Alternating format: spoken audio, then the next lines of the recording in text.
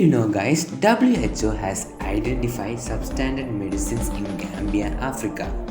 So, what is substandard medicines? Substandard medicines are products that fail to meet their quality standards. The four products are promethazine oral solution, cofexmalin baby cough syrup, Makeoff baby cough syrup, and Magrip and cold syrup.